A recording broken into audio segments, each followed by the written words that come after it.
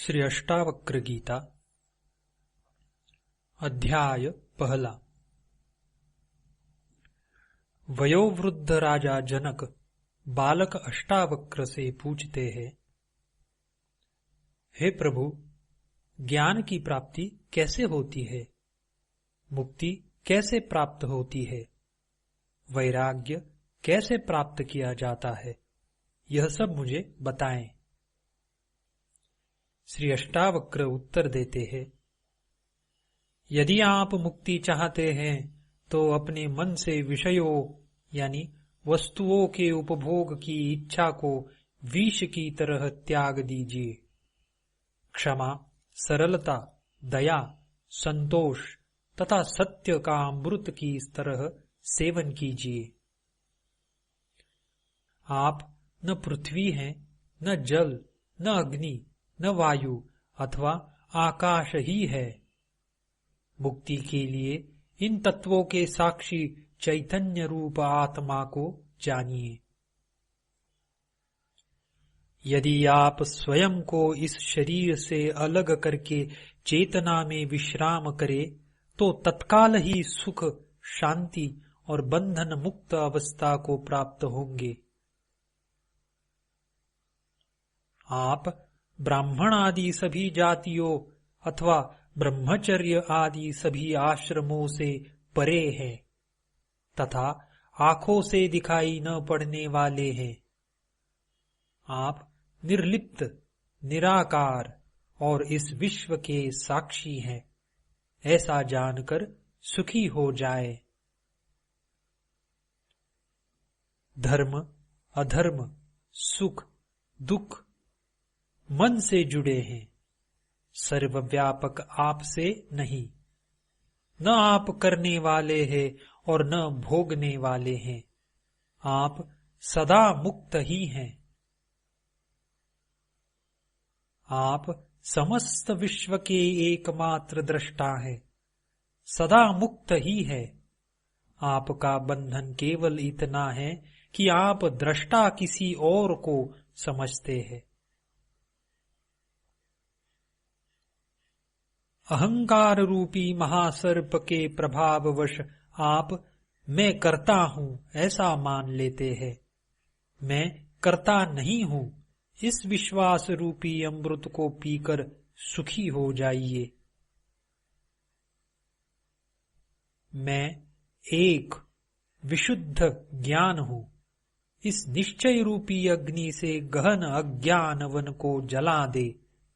इस प्रकार शोक रहित होकर सुखी हो जाए। जहां ये विश्व रस्सी में सर्प की तरह अवास्तविक लगे, उस आनंद, परम आनंद की अनुभूति करके सुख से रहे। स्वयं को मुक्त मानने वाला मुक्त ही है और बद्ध मानने वाला बंधा हुआ ही है। यह कहावत सत्य ही है कि जैसी बुद्धि होती है वैसी ही गति होती है। आत्मा साक्षी, सर्वव्यापी, पूर्ण, एक, मुक्त, चेतन, अक्रिय, असंग, इच्छा रहित एवं शांत है। भ्रमवश ही ये सांसारिक प्रतीत होती है। अपरिवर्तनीय, चेतन व अद्वैत आत्मा का चिंतन करे और मैं के भ्रम रूपी आभास से मुक्त होकर बाह्य विश्व की अपने अंदर ही भावना करे। हे पुत्र, बहुत समय से आप मैं शरीर हूं इस भाव बंधन से बंधे हैं। स्वयं को अनुभव कर ज्ञान रूपी तलवार से इस बंधन को काट कर सुखी हो जाए। आप असंग, अक्रिय, स्वयं प्रकाशवान तथा सर्वथा दोष मुक्त है। आपका ध्यान द्वारा मन को शांत रखने का प्रयत्न ही बंधन है। यह विश्व तुम्हारे द्वारा व्याप्त किया हुआ है, वास्तव में तुमने इसे व्याप्त किया हुआ है। तुम शुद्ध और ज्ञान स्वरूप हो, छोटेपन की भावना से ग्रस्त मत हो। आप इच्छा रहित, विकार रहित, घन यानी ठोस शीतलता के धाम, अगाध बुद्धिमान हैं। शांत होकर केवल चैतन्य की इच्छा वाले हो जाइए। आकार को असत्य जानकर निराकार को ही चिर स्थायी मानिए। इस तत्व को समझ लेने के बाद पुनः जन्म लेना संभव नहीं है। जिस प्रकार दर्पण में प्रतिबिंबित रूप उसके अंदर भी है और बाहर भी, उसी प्रकार परमात्मा इस शरीर के भीतर भी निवास करता है और उसके बाहर भी। जिस प्रकार एक ही आकाश पात्र के भीतर और बाहर व्याप्त है, उसी प्रकार शाश्वत और सतत परमात्मा समस्त प्राणियों में विद्यमान है। अध्याय पहला समाप्त।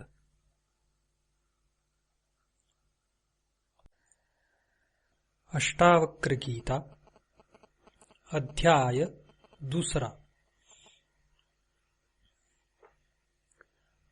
राजा जनक कहते हैं, आश्चर्य, मैं निष्कलंक शांत प्रकृति से परे ज्ञान स्वरूप हूँ। इतने समय तक मैं मोह से संतप्त किया गया।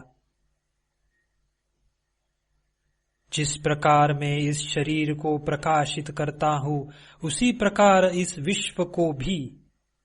अतः मैं यह समस्त विश्व ही हूँ अथवा कुछ भी नहीं। अब शरीर सहित इस विश्व को त्याग कर किसी कौशल द्वारा ही मेरे द्वारा परमात्मा का दर्शन किया जाता है।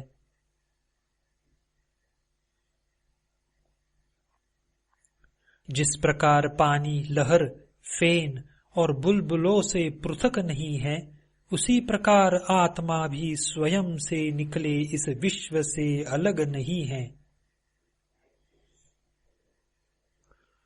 जिस प्रकार विचार करने पर वस्त्र तंतु यानी धागा मात्र ही ज्ञात होता है, उसी प्रकार यह समस्त विश्व आत्मा मात्र ही है।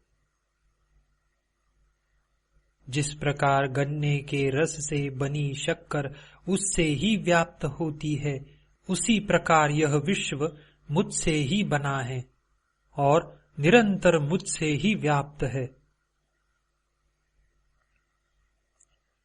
आत्मा अज्ञानवश ही विश्व के रूप में दिखाई देती है। आत्मज्ञान होने पर यह विश्व दिखाई नहीं देता है। रस्सी अज्ञानवश सर्प जैसी दिखाई देती है। रस्सी का ज्ञान हो जाने पर सर्प दिखाई नहीं देता है। प्रकाश मेरा स्वरूप है। इसके अतिरिक्त मैं कुछ और नहीं हूँ। वह प्रकाश जैसे इस विश्व को प्रकाशित करता है, वैसे ही इस मैं भाव को भी। आश्चर्य, यह कल्पित विश्व अज्ञान से मुझ में दिखाई देता है, जैसे सीप में चांदी, रस्सी में सर्प और सूर्य किरणों में पानी। मुझसे उत्पन्न हुआ विश्व मुझ में ही विलीन हो जाता है, जैसे घड़ा मिट्टी में, लहर जल में और कड़ा सोने में विलीन हो जाता है। आश्चर्य है, मुझको नमस्कार है, समस्त विश्व के नष्ट हो जाने पर भी जिसका विनाश नहीं होता, जो तृण से ब्रह्मा तक सबका विनाश होने पर भी विद्यमान रहता है। आश्चर्य है, मुझको नमस्कार है। मैं एक हूँ, शरीर वाला होते हुए भी जो न कहीं जाता है और न कहीं आता है और समस्त विश्व को व्याप्त करके स्थित है। आश्चर्य है, मुझको नमस्कार है। जो कुशल है और जिसके समान कोई और नहीं है, जिसने इस शरीर को बिना स्पर्श करते हुए इस विश्व को अनादि काल से धारण किया हुआ है। आश्चर्य है, मुझको नमस्कार है।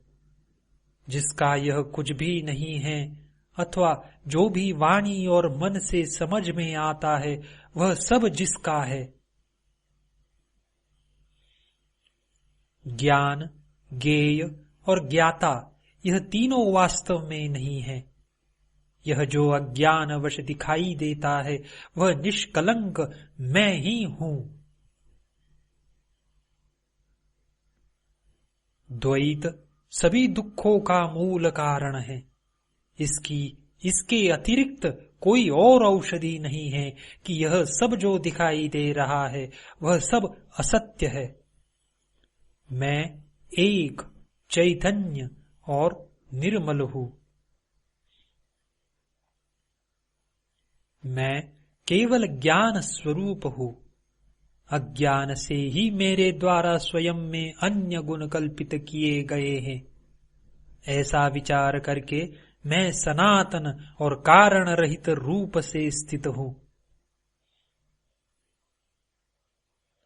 न मुझे कोई बंधन है और न कोई मुक्ति का भ्रम। मैं शांत और आश्रय रहित हूं। मुझ में स्थित यह विश्व भी वस्तुतः मुझ में स्थित नहीं है।